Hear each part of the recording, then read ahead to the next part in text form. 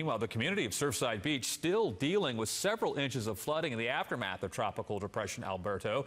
In addition to areas of high water, there are power outages as well.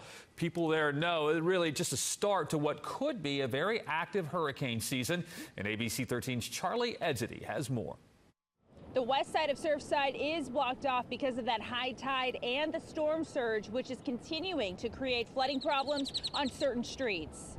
The sun may be back out, but massive waves continue to churn in the Gulf of Mexico as Southeast Texas welcomes the first named storm of hurricane season. Like, what is it looking like back there in the neighborhood? You can't make it back there. It's too much water. Parts of the Surfside community are under several inches of water. The west side completely blocked off, only residents allowed to pass through. We met Vicky on her walk to the store. It's part of Surfside, you know.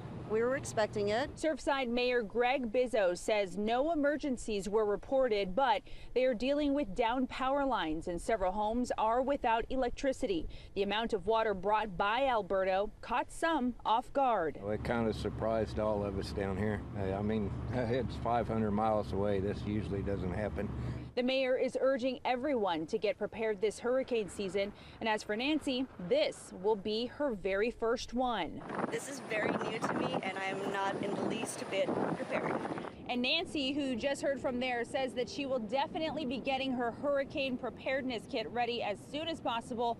Meanwhile, Surfside Beach remains closed.